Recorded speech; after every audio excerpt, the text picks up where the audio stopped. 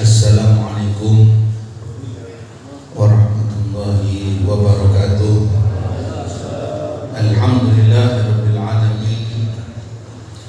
Wassalatu wassalamu ala sayyidil mursalin sayyidina wa maulana Muhammad. Allahumma shalli ala sayyidina Muhammadin miftahi babi rahmatillah adada ma fi ilmillah salatan wa salaman daimini bidawami mulkillah wa ala alihi wa sahbihi wa man wala amma ba'd. Yang saya hormati segenap para habaib Al-Habib Muhammad bin Zaid Al-Haddad, Habib Alwi, Al-Habib Faruq, Al-Habib Abdullah, kemudian Habib Haidar, dan segenap para habaib lainnya, para hadirin rahimahumullah. Alhamdulillah kita hadir di dalam majelis yang mana majelis ini bernisbahkan kepada Sayyidina Rasulullah SAW. Apapun yang ada nisbatnya kepada Nabi memiliki sebuah keagungan dan keindahan. Tidak ada yang bernisbatkan kepada Nabi melainkan mulia di hadapan Allah Subhanahu wa taala. Bahkan sandal pun dan pakaian pun yang bernisbat kepada Nabi sallallahu alaihi wasallam menjadi mulia. Bila kita lihat di dalam ayat suci Al-Qur'an, Allah Subhanahu wa taala berfirman tentang sandal yang dipakai oleh Sayyidina Musa alaihissalam. Allah terangkan,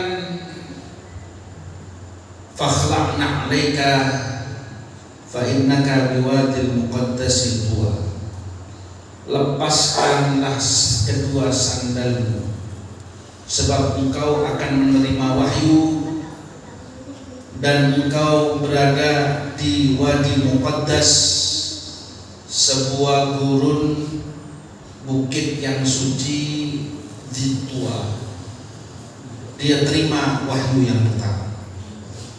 Allah perintahkan kepada Nabi Musa untuk lepaskan sandalnya. Sedangkan Nabi kita Muhammad SAW pada waktu peristiwa Al-Isra wal Mi'raj dengan keagungan mukjizat yang sangat luar biasa. Kalau ditolak ukur, mukjizat Isra Mi'raj ini sudah cukup menjadikan Nabi ya'lu 'alal anbiya, di atas semua para nabi. Kenapa? Sebab yang namanya Al-Isra wal Mi'raj ini hanya dipahami oleh iman, tidak bisa dipahami oleh penelitian. Sebab ketika perjalanan yang pertama Allah sudah memujinya, subhanalladzi asra bi 'abdihi. Di malam hari itu diperjalankan hambanya Allah yang namanya Muhammad SAW. Sebelum terjadi mukjizat ini, Allah sudah memuji dulu di dalam ayat suci Al-Quran, subhana lailan minal masjidil haram ilal masjidil aqsa. Sebagian daripada malam, bagian terkecil, tidak terikat waktu. Dan kejadiannya itu bukan sekedar ada di Masjidil Haram dan Masjidil Aqsa saja, tapi di dua tempat, di bumi dan juga di langitnya Allah Subhanahu wa taala. Alladzi barakna haulahu, yang kami berkahi daerah sekitarnya, tempatnya para nabi.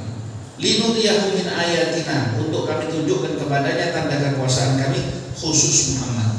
Mukjizat lainnya para nabi dan umatnya ikut menyaksikan. Illa Isra dan Mi'raj hanya Nabi Muhammad SAW yang alami. Tidak ada manusia yang lainnya. Linuriyahu min ayatina innahu huwas sami'ul basir. Di dalam perjalanannya yang tidak bisa dicapai oleh siapapun, di dalam kehebatannya yang tidak bisa dicapai oleh siapapun, sampai ketika Nabi SAW melihat keadaan surga, diperlihatkan neraka, diperlihatkan Allah, diperlihatkan Sidratul Muntaha, diperlihatkan ini semuanya, beliau tetap dalam keadaan memakai kedua sandalnya. Tidak disuruh melepas Nabi Muhammad SAW. Sehingga dikatakan wa na'lul Mustafa ya'lu ala ra'si hadzal qaum.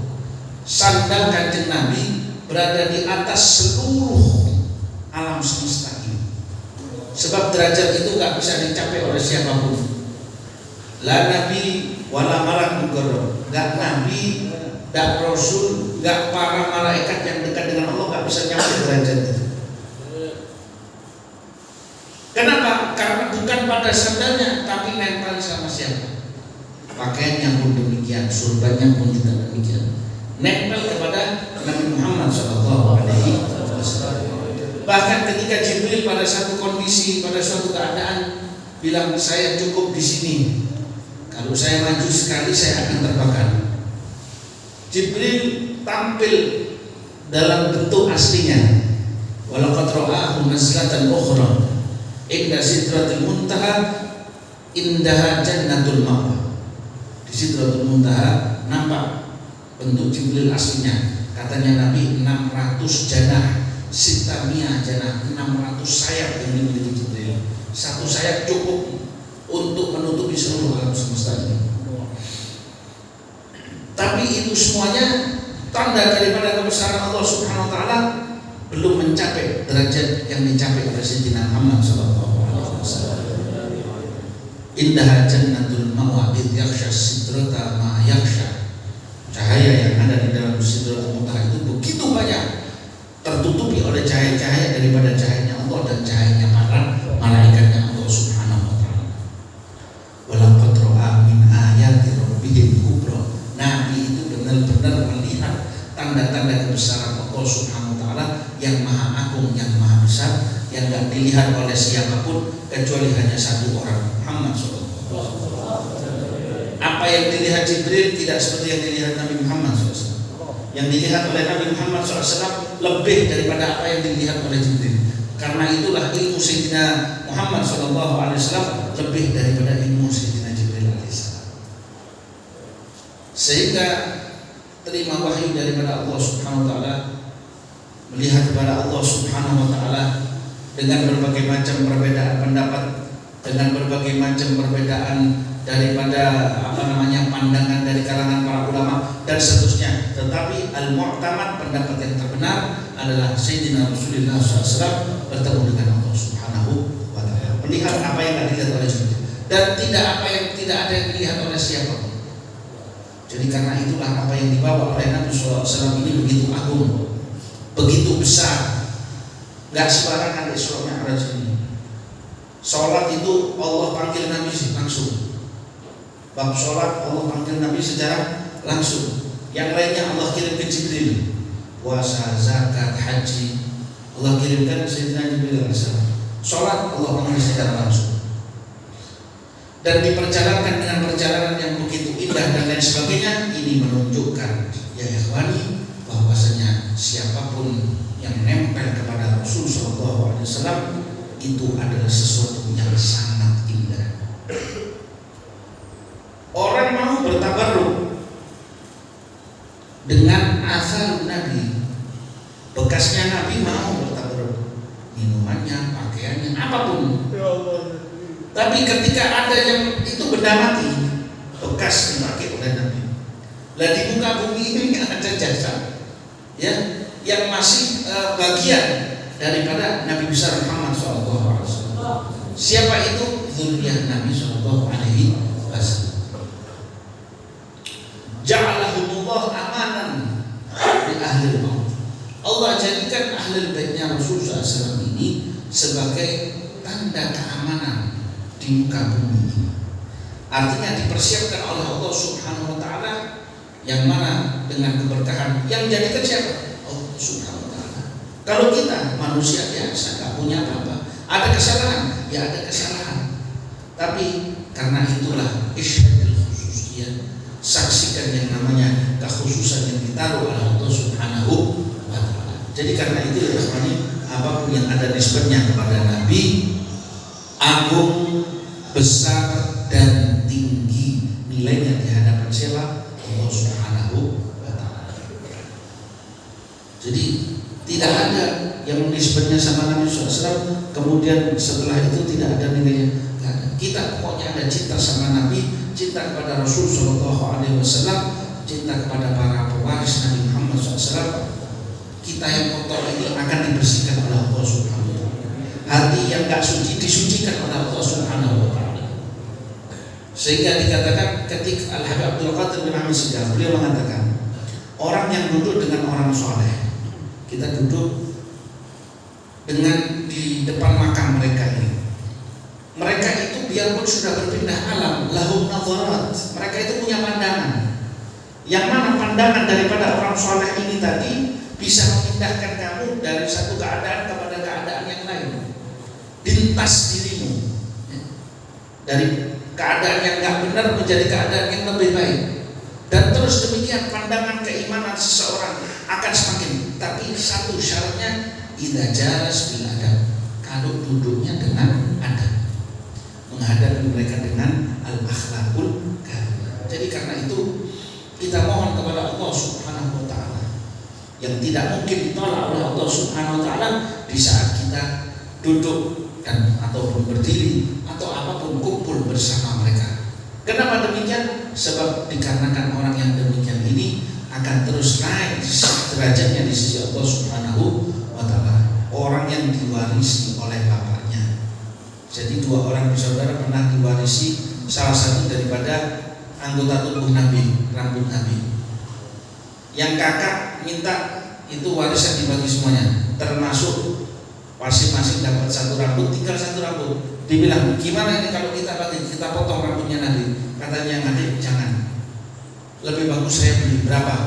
Kata si kakak, iya kamu beli dengan semua hartamu.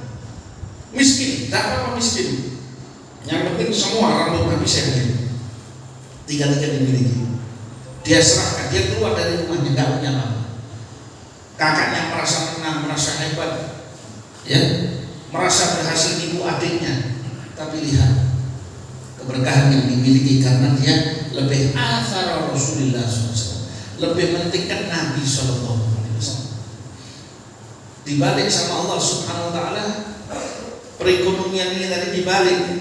Yang asalnya kakaknya ini tadi kaya jatuh miskin. Si adik yang asalnya gak punya bondo, gak punya modal kecuali rambutnya Nabi, diketemukan oleh Allah dengan orang-orang baik yang membantu usahanya sampai naik perekonomian, karirnya ini tadi naik, bahkan menjadi orang aghnan nas, orang yang paling kaya di daerah itu.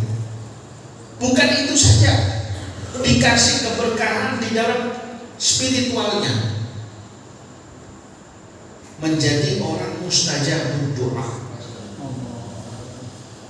Bukan sekedar mustajab berdoa, bahkan sampai setelah wafatnya yuzar qabruhu, kuburannya itu diziarahi. Bahkan inda ziyarati tustajabud da'wat. Ketika ziarah kuburannya ini dikabulkan doanya oleh Allah Subhanahu. Kita minta sama Allah Subhanahu wa Ta'ala di hadapan mereka para auliya saleh, ya Rabb, kabulkan hajat kami ya Rabb. Allahumma barik lana fi Rajab wa Sya'ban wa ballighna Ramadan ya Rabb. Berkahi kami di dalam bulan Rajab dan Sya'ban. Tersisa daripada bulan Rajab ini ya Rabb, berkahi kami ya Rabb. Sampaikan di bulan Sya'ban, sampaikan kami di dalam bulan Ramadan. Ketemu Ramadan lagi, Ramadan yang begitu banyak ya Rabb. Wa'inna fiha 'ala siyam wal qiyam wa qira'atul Qur'an. Hajat-hajat kita semuanya begitu banyak ya Rabb.